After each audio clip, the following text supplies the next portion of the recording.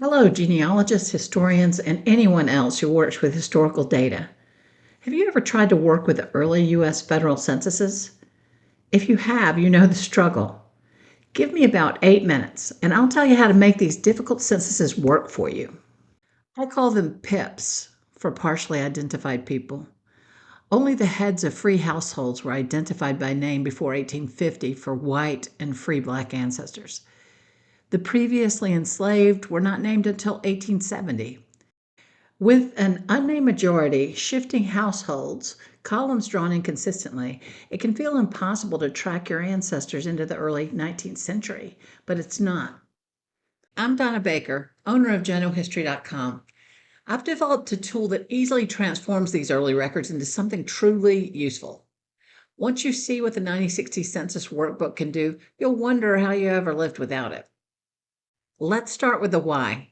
Why do we need a tool like this? The majority of the U.S. population is unidentifiable in the PIPs.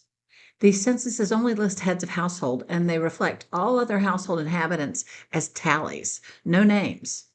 It's difficult to be sure you even have the right family at all. As the PIP censuses grew more complex, enslaved and free non-white people were usually reflected on the page opposite to the main census information.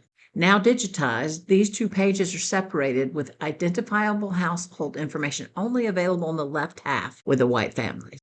Hand-drawn columns, inconsistent data entry, missing headers, all this makes interpretation difficult, even if you're fortunate enough to be working on a sheet that's undamaged with legible writing. But then there are other challenges. Families relocate. It's not uncommon to find a family has moved to a different county or state every decade. Family members come and go. Children are born, they die, they marry, they go off to work. They lose a spouse and come back to their childhood home, bringing their children with them. Heads of households also change status. They grow old, they move in with their daughter's family. Now they're no longer findable under the family surname that's identified them for 4 decades. Household structures shift, and without names, it's very difficult to track them. So how do you compare apples with apples in this situation? The most significant use of the PIP censuses lies in comparing data over time. With census age ranges and household configurations changing from decade to decade, how can they compare? The 1790 census had only 5 categories for the population. 10 years later, in 1800, the categories had expanded a good bit. It took another 30 years to get the age categories to the 5 and 10-year increments that characterized the later PIP censuses and the fully named censuses that followed. Without an efficient system, keeping track of census data is overwhelming. You never want to do this kind of hard work twice. There's got to be a better way than pen, paper, and frustration, right? There is. After years of letting the PIP censuses beat me, turning one family line after another into a brick wall, I decided to create a solution. After several iterations, the 1960 Census Workbook was born. Let's talk about what it is and how it can revolutionize your whole outlook on the PIPs. First of all, this tool is Google Sheets based. That means no expensive spreadsheet software that you need to buy on top of the tool itself. It auto saves, it allows multiple views, it sorts, it filters. You can share data. It's 195 columns wide and 2 rows high. This is robust data. It's a robust data set with a large number of utilities designed to save you time and maximize your potential success at documenting elusive families. The data entry is so easy for this. Using an option from the 1960 menu, or a shortcut if you like, you tell the tool which census year you desire a template for. Type the tallies just as you see them in the census copy you're consulting. Every cell with data in it is going to turn yellow to create a visual structure of the family's makeup. Another menu option or shortcut fills in the data for the sorting and filtering section based on what you typed.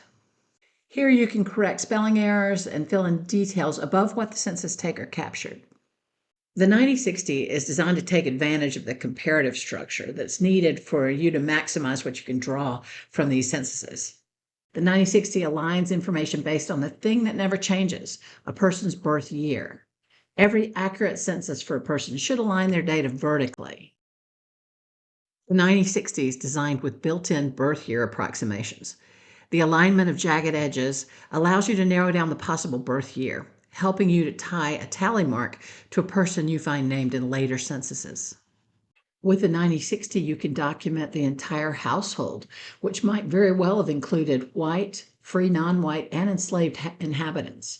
I know of a few other tools that can do that. The full household not only helps you to get a more complete sense of your ancestor's life, it can be the clue that ensures you have the right family as you track movements.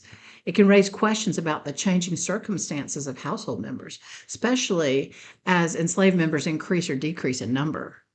The 9060 gives you room for free-form order. You can arrange data in any way that best aids you in determining the movements of a household across time.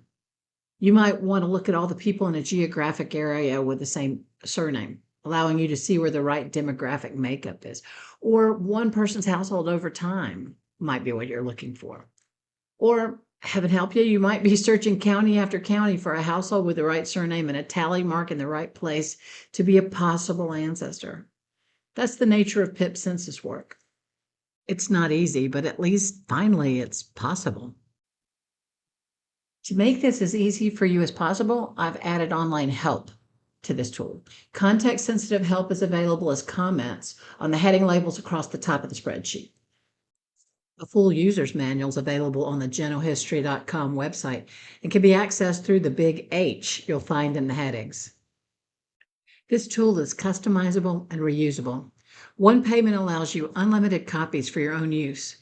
Make as many copies as you need for different families or research projects.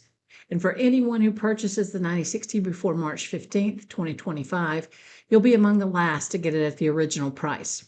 To manage increasing cost to do business, I'll be raising the price modestly at midnight Central Time, March 15th. PIP censuses can be a nightmare to decipher for genealogical and historical research.